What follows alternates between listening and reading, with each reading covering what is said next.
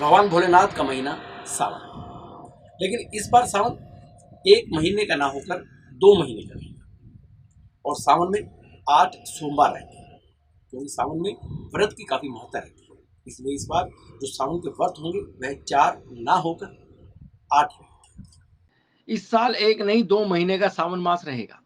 सावन का महीना शास्त्रों में बेहद खास माना जाता है। कहा जाता है कि यह महीना भगवान शिव और माता गौरी को बहुत प्रिय है।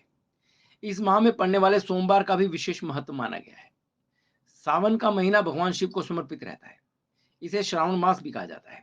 शास्त्रों में इस महीने को बेहद खास माना गया है।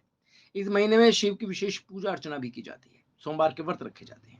इसके अलावा इस सावन में कावड़ यात्रा भी निकाली जाती है, लेकिन इस बार सावन 1 नहीं बल्कि 2 महीने का रहेगा। अधिक मास होने के कारण सावन का महीना जुलाई से शुरू होगा और अगस्त में खत्म होगा। ज्योतिषाचार्य की माने तो 2023 में श्रावण मास 4 जुलाई से शुरू होकर 31 अगस्त को समापन होगा। हमारा 3 जुलाई से जो है गुरु पूर्णिमा का दिन से अगले दिन से हमारा सावन जो है वो आरंभ हो रहा है। और अब की बार विशेष बात ये है कि ये जो सावन है तकरीबन 2 माह के लगभग का होगा। और इसका मेन कारण ये आता है क्योंकि 3 साल बाद पड़ने वाला जो अधिक मास है ये एक योग संयोग है जो 19 साल बाद बना है। और इस बार चतुर्मास जो है वो 4 मास का ना होके ये 5 मास का होगा। और शिव भक्तों को इस बार पूजन के लिए 8 सोमवार मिलेंगे और 8 सोमवार जो पड़ने वाले हैं। और इसके अंदर अधिक मास की जो शुरुआत होगी वो 18 जुलाई से 18 अगस्त तक रहेगी और 17 जुलाई से फिर सावन का महीना जो है वो आरंभ हो जाएगा। सावन के माह के अंतराल में पड़ने वाला जो अधिक मास है उसकी तिथि एक बार फिर मैं बता देता हूँ, 18 जुलाई से 16 अगस्त तक रहेगी। और विशेष रूप से भगवान शिव जी को और माता पार्वती को सावन का महीना अत्यधिक प्रिय है। और इस वर्ष सावन का महीना जो है वो 2 चरणों में मनाया जाएगा। विशेष रूप से अच्छी बात यह है कि सावन की शिवरात्रि जो है वो मल मास से पहले ही 15 जुलाई को संपन्न हो जाएगी।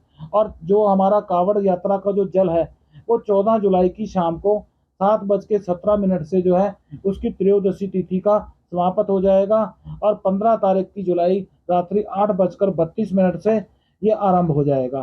सावन माह की विशेषता ये है कि माता पार्वती जी ने कठोर तपस्या करने के बाद व्रत करने के बाद भगवान शिव को पति रूप में प्राप्त किया था। सावन मास में भगवान विष्णु, ब्रह्मा जी, इंद्र और शिव के गण जो है वो पृथ्वी पर विचरण करने आते हैं, शिव की आराधना करते हैं और शिव को प्रसन्न करते हैं। सावन माह में पूजन करने से समस्त जो दुख हैं वो दूर होते हैं और इंसान की जो समस्त मनोकामनाएं जो हैं वो पूर्ण होती हैं। सावन माह के अंदर जो है 12 ज्योतिर्लिंग, किसी भी एक ज्योतिर्लिंग के दर्शन करने से अत्यधिक लाभ प्राप्त होता है। 18 जुलाई से 16 अगस्त तक अधिक मास रहेगा। इस तरह सावन 58 दिनों का रहेगा। यह दुर्लभ संयोग करीब 19 साल के बाद बन रहा है।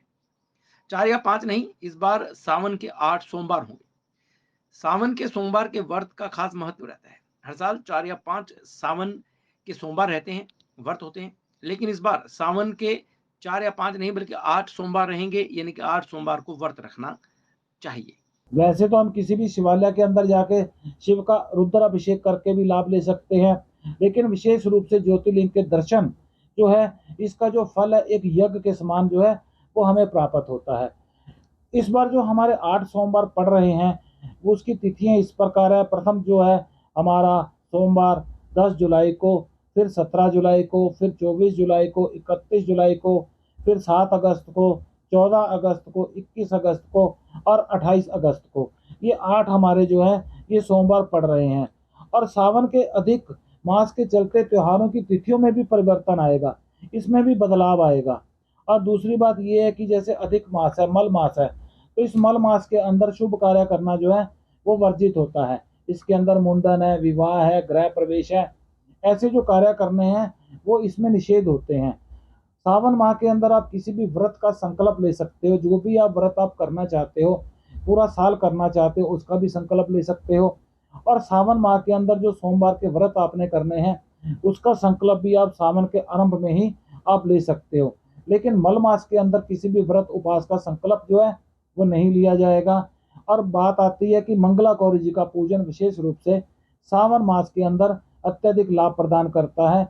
और ये जो व्रत है ये सावन के मंगलवार से आरंभ होता है। ये मंगलवार से आप शुरू कर सकते हो। इस व्रत को जो है माताएं, बहनें, महिलाएं जो हैं संतान प्राप्ति और पति की दीर्घायु की कामना हेतु करती हैं। और कुंवारी कन्याएं अपने पति को प्राप्त करने के लिए, मनो इच्छानुसार पति की प्राप्ति के लिए ये व्रत करती हैं। अपनी अपनी मान्यता के अनुसार जो है महिलाएं जो है ये सावन के व्रत करती हैं, मंगला गौरी के व्रत करती हैं। इसमें संकल्प बहुत जरूरी है। कुछ महिलाएं सावन के मंगलवार से माता गौरी का, मंगला गौरी का व्रत आरंभ करके अगले सावन में उसका अध्यापन करते हैं। लेकिन जितने आप व्रत करना चाहते हो मंगला गौरी के, उसका जो आपने संकल्प है वो पहले ही ले लेना है।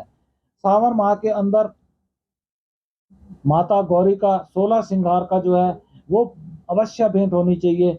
माता गौरी की पूजन के लिए जो 16 का अंक है, 16 श्रृंगार है, 16 वस्तुएं हैं, ये पूर्ण 16 ही होनी चाहिए।